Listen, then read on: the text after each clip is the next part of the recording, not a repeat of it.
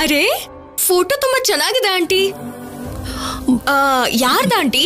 ಕಲ್ಯಾಣಿದಾ? ಹೌದಮ್ಮ. ಇಲ್ಲ ಆಂಟಿ, ನಾನು ಸೈಕಾಲಜಿ ಓದಿದ್ದೀನಿ. ನನಗೆ ಯಾರೇ ಸುಳ್ಳು ಹೇಳಿದ್ರು ತಕ್ಷಣ ಗೊತ್ತಾಗುತ್ತೆ. ನಾನು ಯಾಕೆ ಸುಳ್ಳು ಹೇಳಿ? ನಾನು ಹೇಳ್ತಿರೋದೆಲ್ಲ ನಿಜಾನೇ. ಏನ್ ಆಂಟಿ ನಿಜ? ನೀವು ತಡವರ್ಸ್ತಿರೋದ್ರಲ್ಲೇ ಗೊತ್ತಾಗ್ತದೆ ನೀವು ಹೇಳ್ತಿರೋದು ನಿಜ ಅಲ್ಲ ಅಂತ. ಆದ್ರೂ ಇದು ಕಲ್ಯಾಣಿ ಫೋಟೋ ಅಲ್ಲ ಅಂತ ನನ್ನ ಅನುಮಾನ. ನಾನು ರೆಗ್ಯುಲರ್ ಆಗಿ ಫೋಟೋ ತೆಗಿತಾ ಇರ್ತೀನಲ್ವಾ, ಸೊ ಯಾವ್ದಾದ್ರೂ ಒಂದ್ ಫೋಟೋ ನೋಡಿದಾಗ ಕ್ಯಾಮ್ರಾ ಕಣ್ಣಿಂದ ನೋಡೋದು ಅಭ್ಯಾಸ ಆಗಿರೋಳು ಅಲ್ವಾ. ನನಗದು ಯಾರ್ ಫೋಟೋ ಏನು ಅನ್ನೋದು ಅರ್ಥ ಆಗೋಗುತ್ತೆ. ನನಗನ್ಸೋ ಹಾಗೆ ಖಂಡಿತವಾಗೂ ಇದು ಕಲ್ಯಾಣಿ ಫೋಟೋ ಅಂತೂ ಅಲ್ಲ.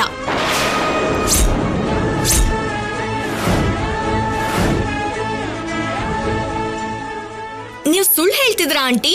ನಿಜ ಹೇಳಿ, ಯಾರ್ ಫೋಟೋ ಇದು? ಹೇಳಿ ಅನುಪಮಮ್ಮ. ಎಲ್ರಿಗೂ ಅಮ್ಮ ನೀವು. ಅಮ್ಮ ಯಾವತ್ತಾದ್ರೂ ಸುಳ್ಳು ಹೇಳ್ತಾಳಾ?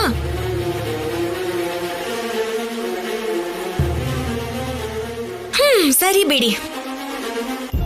ಯಾವ್ದೋ ರಹಸ್ಯನ ಯಾರಿಗೂ ಗೊತ್ತಾಗ್ದಿರೋ ಹಾಗೆ ಬಚ್ಚಿಡ್ಬೇಕು ಅಂತ ನೋಡ್ತಿದ್ದೀರಾ ಅನ್ನೋ ಹಾಗಿದೆ ಅಷ್ಟೇ ಅಲ್ವಾ? ಹೌದು, ನಿಮಗೆ ನಿಜವಾಗ್ಲೂ ಮಕ್ಳಿಲ್ವಾ? ನನಗ್ಯಾಕೆ ಮಕ್ಕಳಿಲ್ಲ? ನನ್ನ ಮಗಳು ಕಲ್ಯಾಣಿ ಇದ್ದಾಳಲ್ಲ. ಆಂಟಿ, ಕಲ್ಯಾಣಿ ನಿಮ್ ಸ್ವಂತ ಮಗಳು ಅಲ್ಲ ಅಂತ ದಮಯಂತಿ ಆಂಟಿ ನಂಗೆ ಯಾವಾಗ್ಲೂ ಹೇಳಿದ್ದಾರೆ. ಚಿಕ್ಕಂದಿನಲ್ಲಿ ಅಂದ್ರೆ ನಂಗೆ ಗೊತ್ತಿಲ್ಲ, ಆದ್ರೆ ಇಲ್ಲಿಗೆ ಬಂದ್ಮೇಲೆ ಎಲ್ಲ ಗೊತ್ತಾಯ್ತು. ನಿಮಗೆ ಮಕ್ಳಿಲ್ವಂತೆ? ಮಕ್ಳು ಇಲ್ದೇ ಇರೋರ್ನ ಏನೋ ಅಂತಾರಲ್ಲ, ಬಂಜೆ.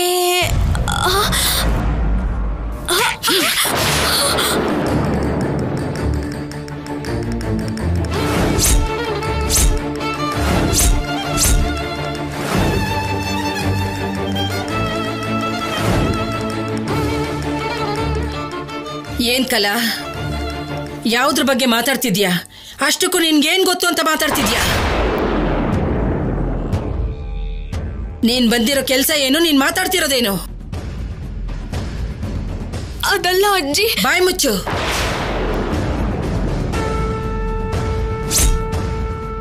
ವಯಸ್ಸಿಗೆ ಮೀರಿರೋ ಮಾತನ್ನ ಆಡ್ಬೇಡ. ನಿನ್ಗೇನ್ ಗೊತ್ತೇ? ಅವಳು ಹೇಳಿದ್ರೆ ಅನುಪಮನ್ಗೆ ಮಕ್ಕಳಿಲ್ಲ ಅಂತನಾ? ಅವಳಿಗೆ ಮಾತ್ರ ಏನ್ ಗೊತ್ತು?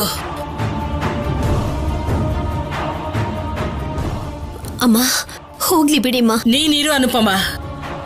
ಗೊತ್ತಿಲ್ದಿರೋರ್ಗೆ ಗೊತ್ತಾಗೋ ಹಾಗೆ ಹೇಳ್ಬೇಕು. ಗೊತ್ತಿಲ್ಲದೆ ಇರುವಾಗ ಇಂಥ ಪ್ರಶ್ನೆಗಳು ಬರುತ್ತೆ, ಇಂಥ ಅನುಮಾನಗಳೇ ನಡೆಯುತ್ತೆ. ನಿನ್ನ ವಯಸ್ಸೇನು, ನೀನೇನು? ಅನುಪಮನ ಪ್ರಶ್ನೆ ಮಾಡೋ ಅಧಿಕಾರ ನಿನಗಿಲ್ಲ. ನೀನ್ ಹೇಗಿರ್ಬೇಕೋ ಹಾಗೆ ಇದ್ರೆ ನಿನಗೆ ಚೆನ್ನಾಗಿರುತ್ತೆ. ನಿಮ್ಮಜ್ಜಿ ಹೇಳಿದ್ಲು ಅಂತ ನಿನ್ನ ಮನೇಲಿ ಇಟ್ಕೊಂಡಿಲ್ಲ ನಾನು. ಚಿಕ್ಕಂದಿನಿಂದ ನಮ್ಮನೆ ಮಗಳಾಗಿ ಬೆಳೆದೆ ಅಲ್ವಾ ಅಂತ ಮನೇಲಿ ಇಟ್ಕೊಂಡಿದ್ದೀನಿ. ನಮ್ಮನೆ ಮಗಳ ತರ ಇದ್ಯಾ? ಸರಿ. ಇಂಥ ಹುಚ್ಚುಚ್ಚು ಪ್ರಶ್ನೆಯಿಂದ ಅನುಪಮಂಗೆ ನೋವು ಕೊಟ್ಟಿಯೋ, ನಾಳೆ ಬೆಳಗ್ಗೆನೆ ನೀನು ನಿಮ್ಮೂರಿಗೆ ಹೊರಡ್ಬೋದು. ಅಂದ್ರೆ ದಮಯಂತಿ ಆಂಟಿ ಮಕ್ಳಿಲ್ದವರಿಗೆ ಪದವಿ ಯಾಕೆ ಅಂತ ಕೆನ್ನೆ ಊದ್ಕೊಳ್ಳುತ್ತೆ ಬಾರ್ಸಿದ್ರೆ. ನಾನ್ ಯಾವಾಗ್ಲೇ ಹೇಳ್ದೆ ನಿನ್ಗೆ? ಆ ಮಾತು ನಿನ್ನ ಹತ್ರ ಯಾವಾಗಾದ್ರೂ ಹೇಳಿದ್ನಾ? ನೀನಂದ್ರೂ ಅಂದಿರ್ತೀಯ, ಅದ್ರಲ್ಲಿ ಅನುಮಾನ ಏನಿದೆ? ಮೊದ್ಲು ಇವಳನ್ನ ಇಲ್ಲಿಂದ ಕರ್ಕೊಂಡು ಹೋಗು. ಇಲ್ಲಿವರೆಗೂ ಇವಳು ಅಂದ್ರೆ ಪ್ರೀತಿ ಇತ್ತು. ಇವಳು ಮಾತಾಡಿದ್ ಕೇಳಿದ್ಮೇಲೆ ನನ್ನ ಕಣ್ಣು ಮುಂದೆ ಇದ್ರೆ ಏನ್ ಮಾಡ್ತೀನೋ ಅಂತ ಭಯ ಆಗ್ತಿದೆ. ಕರ್ಕೊಂಡು ಹೋಗು ಮೊದ್ಲು. ನಾನ್ ಯಾವಾಗ್ಲೇ ಹಾಗಂತ ಹೇಳ್ದೆ? ನಿನ್ ಹತ್ರ ಯಾವಾಗ್ಲೇ ಹೇಳ್ದೆ? ಬಾರ ಇಲ್ಲಿ.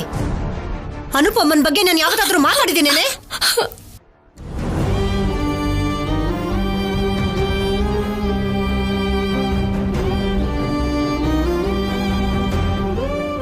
ಏನ್ ಮಾಡ್ತೀವಿ ಅನುಪಮ? ನೀನ್ ಯಾರಿಗೂ ನೋವು ಕೊಡ್ಬಾರ್ದು ಅನ್ಕೋತೀಯ, ಆದ್ರೆ ದೇವ್ರು ಯಾಕೋ ಕೆಲವು ವಿಷಯಗಳಲ್ಲಿ ನೀನ್ ಮಾತು ಅನ್ಸ್ಕೋಬೇಕು ಅಂತ ಬರ್ದಿದ್ದಾನೆ.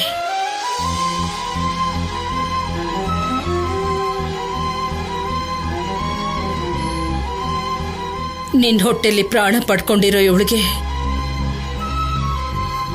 ಆಯುಸ್ ಕೊಡ್ಲಿಲ್ಲ ಆ ದೇವ್ರು. ನಿನಗ್ ಮಕ್ಳಿಲ್ಲ ಅಂತ ನನ್ನ ಮಗಳಂತವ್ರು ಮಾತಾಡ್ತಿದ್ರೆ ಏನ್ ಉತ್ತರ ಹೇಳ್ಬೇಕು ಅಂತ ಗೊತ್ತಾಗದೆ ಅಳ್ತಾ ನಿನ್ನ ನೋವನ್ನ ಕಣ್ಣೀರಲ್ಲಿ ಬೆರೆಸ್ತಾ ಇದೀಯಾ? ಎಲ್ಲಿಂದನೂ ಬಂದ ಹುಡುಗಿ ಆ ರೀತಿ ಮಾತಾಡ್ತಾ ಇದ್ರೆ ನನ್ನ ಕೈಲಿ ತಡ್ಕೊಳ್ಳೋದಕ್ಕಾಗ್ಲಿಲ್ಲಮ್ಮ. ಅಜ್ಜಿ,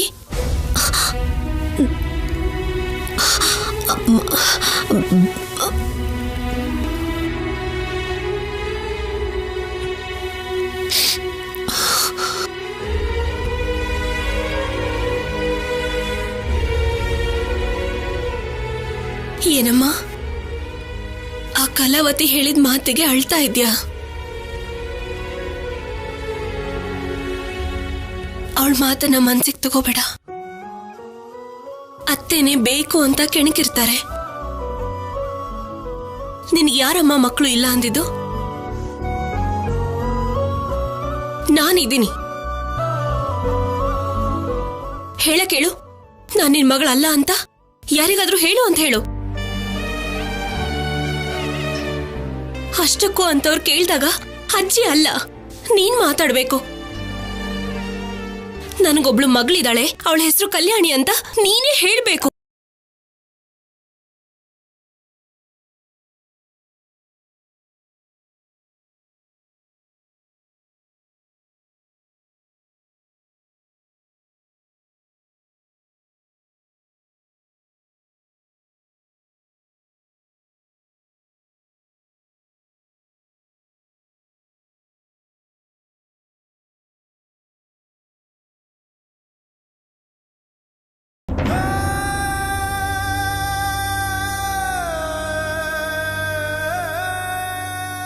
ಹೌದು ಅನುಪಮ, ಅಧ್ಯಕ್ಷೆ ಆಗೋಕೆ ದಮಯಂತಿ ಹೆಸರು ಹೇಳಲಿಲ್ಲ ಅಂತ ಹಾಗೆ ಆ ಕಲಾವತಿ ಬಾಯಿಂದ ನಿನ್ಗೇನೋ ಹೇಳಿಸಿ ನೋವು ಕೊಡ್ಬೇಕು ಅಂತ ನೋಡಿದ್ಲು. ಅತ್ತೆ ನೋವು ಕೊಡ್ಬೇಕು ಅಂತ ಪ್ರಯತ್ನ ಮಾಡೋದು ಯಾವಾಗ್ಲೂ ನಡೀತಾನೆ ಇರುತ್ತೆ ಅಜ್ಜಿ. ಆದ್ರೆ ಆಫೀಸರ್ ಕೂಡ ಅತ್ತೆಗೆ ಪದವಿ ಕೊಟ್ರೆ ಚೆನ್ನಾಗಿರುತ್ತೆ ಅಂತ ಅನ್ಕೊಳ್ತಿದ್ದಾರೆ. ಅಧಿಕಾರ ಅನ್ನೋ ಪದವಿಯಲ್ಲಿ ಎಲ್ರೂ ಕೂತ್ಕೊಳ್ಳೋಕ್ಕಾಗಲ್ಲಮ್ಮ. ಕೂತ್ಕೋಬೇಕು ಅಂದ್ರೆ ಆ ಸ್ಥಾನಕ್ಕೆ ಕೂತ್ಕೊಂಡು 10 ಜನರ ಬಗ್ಗೆ ಯೋಚನೆ ಮಾಡೋಕ್ಕಾಗಬೇಕು. ಅಂಥವ್ರೇ ಆ ಸ್ಥಾನದಲ್ಲಿ ಕೂತ್ಕೋಬೇಕು. ಕೇವಲ ತನ್ನ ಬಗ್ಗೆನೇ ಸ್ವಾರ್ಥದಿಂದ ಯೋಚಿಸೋ ದಮಯಂತಿ ಅಂತವರು ಆ ಸ್ಥಾನದಲ್ಲಿ ಕೂತ್ಕೊಂಡ್ರೆ ಅದು ಯಾರಿಗೂ ಒಳ್ಳೇದಲ್ಲ. ಕಲ್ಯಾಣಿ, ನೀನು ನಿನ್ನ ಗಂಡಂಗೆ ಬಿಡಿಸಿ ಹೇಳಬೇಕು. ದಮಯಂತಿನ ಆ ಸ್ಥಾನದಲ್ಲಿ ಕೂರಿಸ್ಬೇಕು ಅನ್ಕೊಂಡಿರೋ ಶೌರ್ಯನ ಯೋಚನೆಗಳನ್ನ ನೀನೇ ಬದಲಾಯಿಸ್ಬೇಕು. ಅದನ್ನೇ ಪ್ರಯತ್ನಿಸ್ತಿದ್ದೀನಿ ಅಜ್ಜಿ. ಆದ್ರೆ ಅಮ್ಮಂಗೆ ಮೊದಲನೇ ಸಲ ಮಾತು ಕೊಟ್ಟಿದ್ದಾರೆ ಅಂತ ಆಫೀಸರ್ ನನ್ನ ಮಾತು ಕೇಳ್ತಾ ಇಲ್ಲ. ಆದ್ರೆ ಪ್ರಯತ್ನ ಮಾಡ್ತಾ ಇದ್ದೀನಿ. ಒಂದ್ಸರಿ ಅಲ್ಲ ಅಂದ್ರೂ ಒಂದ್ಸಾರಿ ನಿನ್ನ ಮಾತನ್ನು ಕೇಳ್ತಾನೆ. ಯಾಕಂದ್ರೆ ನೀನು ಹೆಂಡ್ತಿ, ಅದಕ್ಕೆ ನಿನ್ನ ಪ್ರಯತ್ನ ನೀನು ಮಾಡ್ತಾ ಇರು. ಸರಿ ಅಜ್ಜಿ. ಅಮ್ಮ,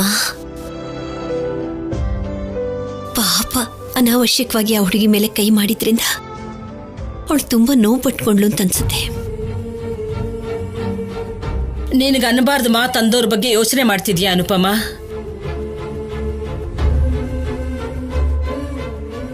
ಆ ಮಾತನ್ನ ಕೇಳಿ ನೀನು ಎಷ್ಟು ನೋವು ಪಟ್ಟಿರ್ತೀಯ ಅಂತ ನನಗೆ ಗೊತ್ತು.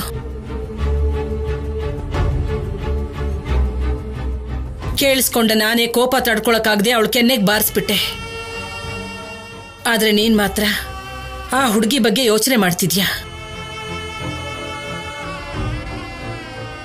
ಅದಕ್ಕೆ ನನ್ನ ಸ್ಥಾನದಲ್ಲಿ ನೀನೇ ಕೂತ್ಕೋಬೇಕು ಅನ್ನೋದು ನನ್ನ ಆಸೆ. ನಿನ್ನನ್ನೇ ಕೂರಿಸ್ತೀನಿ.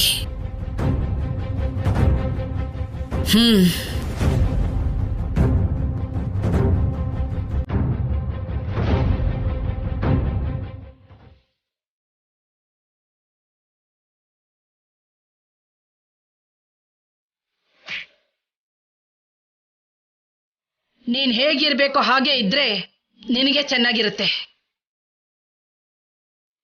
ನಮ್ಮನೆ ಮಗಳ ತರ ಇದ್ಯಾ ಸರಿ, ನಾಳೆ ಬೆಳಗ್ಗೆ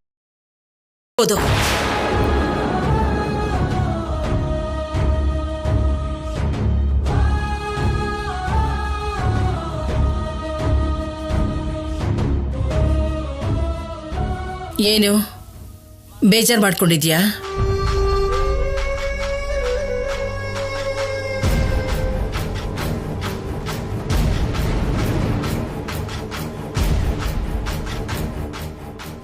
ನಾನೊಂದು ಮಾತು ಕೇಳ್ತೀನಿ, ನಿಜ ಹೇಳು. ನೀನು ನಿಜವಾಗ್ಲೂ ನಮ್ಮ ಭ್ರಮರಮ್ಮ ಮೊಮ್ಮಗಳೇನಾ?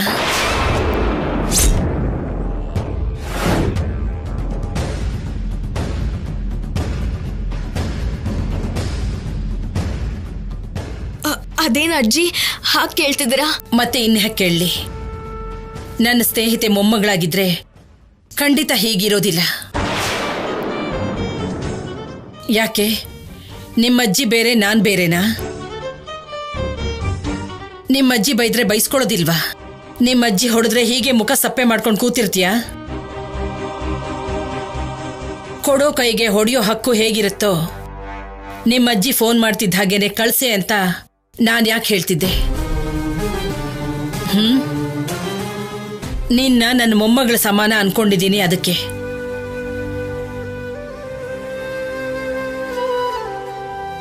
ಏನೋ ಕೋಪದಲ್ಲಿ ಒಂದೇಟು ಹೊಡಿತಿದ್ದ ಹಾಗೇನೆ ಹೀಗೆ ಮುಖ ಸಪ್ಪೆ ಮಾಡ್ಕೊಂಡು ಪಕ್ಕಕ್ಕೆ ಬಂದು ಕೂತ್ಕೋತೀಯಾ?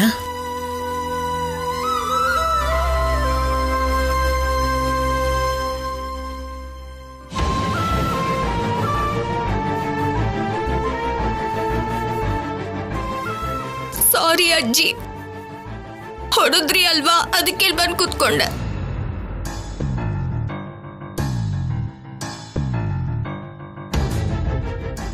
ಯಾಕೆ ಹೊಡೆದೆ? ತಪ್ಪು ಮಾಡಿದೆ, ಅದಕ್ಕೆ ಹೊಡೆದೆ. ಒಳ್ಳೆ ಕೆಲಸ ಮಾಡಿದ್ರೆ ಮೆಚ್ಕೊಳ್ಳೋದಿಲ್ವಾ? ಇದು ಕೂಡ ಹಾಗೆ. ಒಂದು ನೆನ್ಪಿಟ್ಕೋ, ಅನುಪಮ ಯಾರಿಗೂ ನೋವು ಕೊಡಲ್ಲ. ಹಾಗೇನೆ ಅವಳಿಗೆ ಇನ್ನೊಂದ್ಸಲ ನೋವು ಕೊಡಬೇಕು ಅಂತ ನೋಡ್ಬೇಡ. ಅದು ನನ್ಗೆ ಯಾವತ್ತೂ ಇಷ್ಟ ಆಗಲ್ಲ. ಅರ್ಥ ಆಯ್ತಾ? ಸರಿ, ಅತ್ತಿದ್ಯಾ ಅಲ್ವಾ, ಹೋಗಿ ಮುಖ ತೊಳ್ಕೊ. ಮುಖ ಎಲ್ಲ ಸಪ್ಪೆ ಆಗೋಗಿದೆ. ಸರಿ ಅಜ್ಜಿ.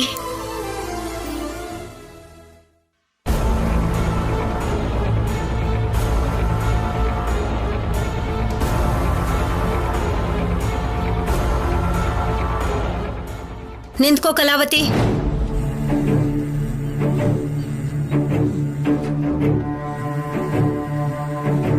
ಹೌದು, ನೀನೇನೆ ಮಧ್ಯದಲ್ಲಿ ನಾನೇನೋ ಹೇಳ್ದೆ ಅಂತ ಹೇಳ್ದೆ.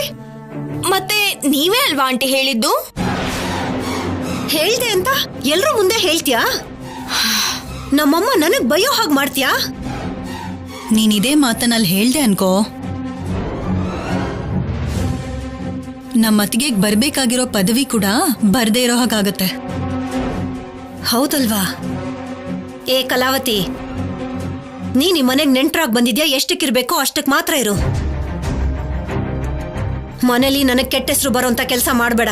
ಆದ್ರೂ ನಾನೇನ್ ಮಾಡ್ದೆ ಆಂಟಿ? ಹೀಗೇನೋ ಮಾಡಿದ್ಯಲ್ಲ, ಅದನ್ನ ಮತ್ತೆ ಮಾಡಬೇಡ ಅಂತ ಹೇಳ್ತಾ ಇದ್ದೀನಿ. ಮೊದ್ಲೇ ಪದವಿಗೋಸ್ಕರ ಪೈಪೋಟಿಗೆ ನಿಂತ್ಕೋತಾ ಇದ್ದೀನಿ. ಹಾಗಿರುವಾಗ ನೀನು ಅನುಪಮನ್ ಜೊತೆ ಜಗಳ ಆಡ್ಕೊಂಡು, ಕಲ್ಯಾಣಿ ಜೊತೆ ಜಗಳ ಆಡ್ಕೊಂಡು ನನ್ನ ಹೆಸರು ಹೇಳಿ ನಮ್ಮಮ್ಮನ ಮನ್ಸನ್ನ ಹಾಳು ಮಾಡ್ಬೇಡ.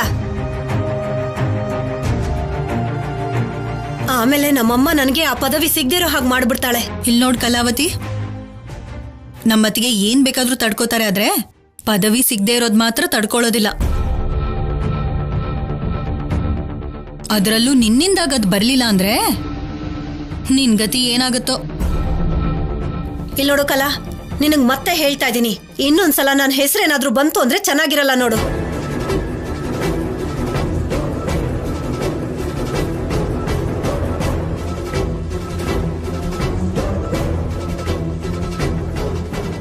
ಅದೇನೇ ಇದ್ರೂ ನೀನೇ ಮಾತಾಡು ಹೊರತು ನಮ್ಮ ಅತ್ತಿಗೆ ಹೆಸರು ಯಾಕೆ ಹೇಳೋದು? ಅಷ್ಟು ಮಾತ್ರ ಅಲ್ಲ, ನನ್ನ ಹೆಸರು ಕೂಡ ಹೇಳ್ಬೇಡ.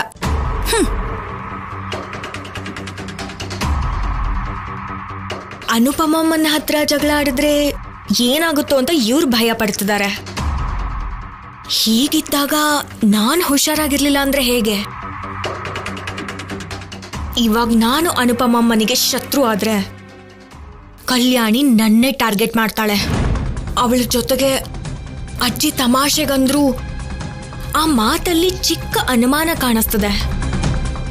ನಾನು ಕೂಡ ಇವ್ರ ರೂಟಲ್ಲೇ ಹೋಗ್ಬೇಕು, ಅನುಪಮಮ್ಮನ ಕೂಲ್ ಮಾಡಬೇಕು.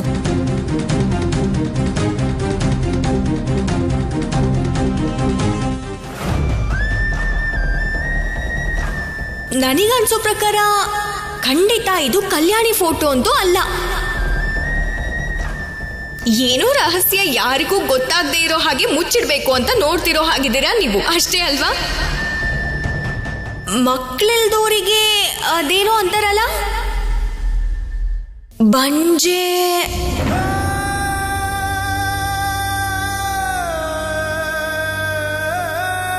ನಿಮಗೆ ನೋವು ಮಾಡಿದಕ್ಕೆ ಸಾರಿ. ಪರವಾಗಿಲ್ಲಮ್ಮ.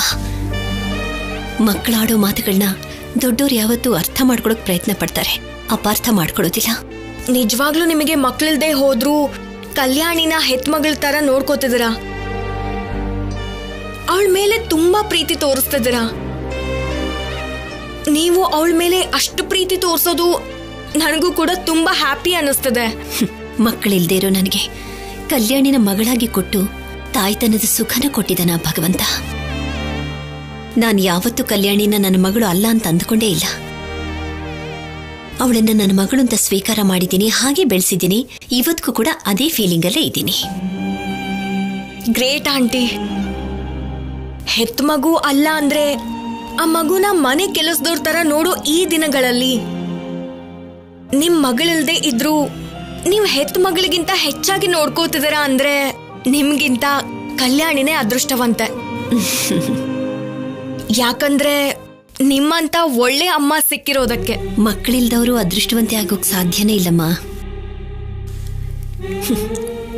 ಅದೃಷ್ಟವಂತೆ ಆಗ್ಬೇಕು ಅಂದ್ರೆ ಮಕ್ಕಳಿರ್ಬೇಕು. ನನ್ನನ್ನು ಪಡೆದು ಕಲ್ಯಾಣಿ ಅದೃಷ್ಟವಂತೆ ಆಗಿದಳೋ ಇಲ್ವೋ ಗೊತ್ತಿಲ್ಲ, ಆದ್ರೆ ಕಲ್ಯಾಣಿನ ಪಡೆದು ನಾನು ಅದೃಷ್ಟವಂತೆ ಆಗಿದ್ದೀನಿ.